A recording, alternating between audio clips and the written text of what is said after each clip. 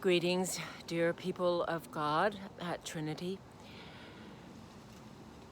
Welcome to another Friday Reflection.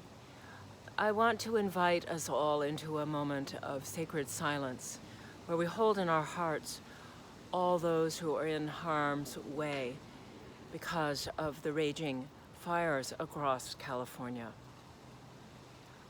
All those in harm's way and all those who are going into harm's way to protect land and lives. And so let us take a moment.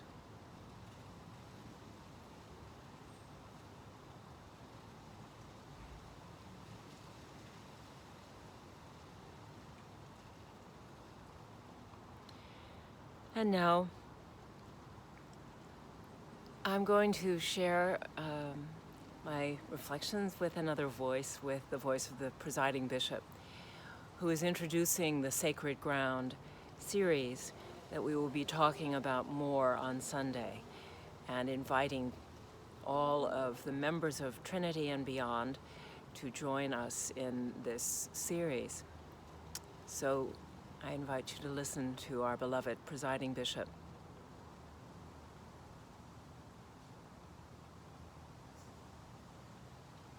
Sacred Ground is a video dialogue series on race and faith. Through the stories of our culture, the stories of our sojourn here in America, the stories of race, both the joys and the sorrows, by listening to those stories and hearing them, and then telling our own stories together, and then looking possibly at the stories of our very faith. Somehow from the travail and the reality of all of those stories may emerge hope for a new day. I'm reminded that in the 3rd chapter of Exodus in the Hebrew Scriptures, Moses climbed up Mount Sinai and was trying to discern whether he should go back to Egypt to help to free the Hebrew slaves. He climbed up on the mountain and saw a burning bush. And in the vision of this burning bush, he heard the voice speak to him, "Moses, Moses, take off the shoes from your feet, for the ground on which you are standing is holy ground, sacred ground." And then the voice from the bush said, "I am the God of your ancestors, the God of Abraham, Isaac, and Jacob."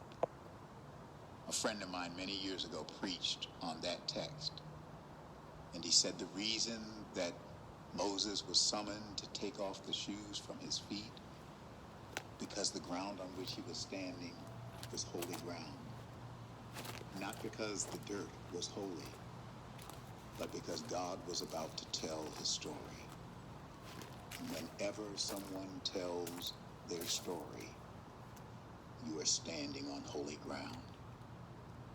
Sacred ground is a time, an opportunity to hear the story of our past with regard to race, to hear our stories of our past, and then to write a new story for a new future where there's plenty good room for all of God's children.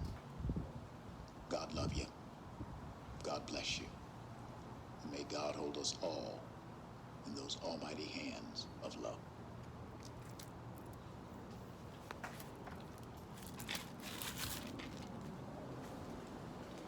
And so I stand on sacred ground because I'm telling my story. The Hall family had roots in Greenville, Mississippi. That's where my father was born and grew up. We knew that our ancestors had been involved in slavery in those times, but we had somehow been reassured because we were told that they only owned 1 or 2 and that they were members of the family and treated as such, that we were good to the slaves. But recently, having been inspired by sacred ground as I was learning more about it. I asked my family, my siblings, if they knew anything more about our family history. And I learned that my grandmother, Narcisse, had a grandfather, a judge, who was one of the wealthiest slave plantation holders in Louisiana. And he owned 956 slaves. And when I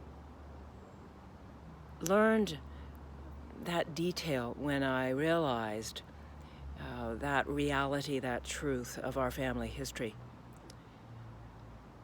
I realized that I have to learn more, and I am all the more motivated to participate in Sacred Ground, in the hopes that eventually we come together to pursue acts of justice and reconciliation and healing for the freedom of all.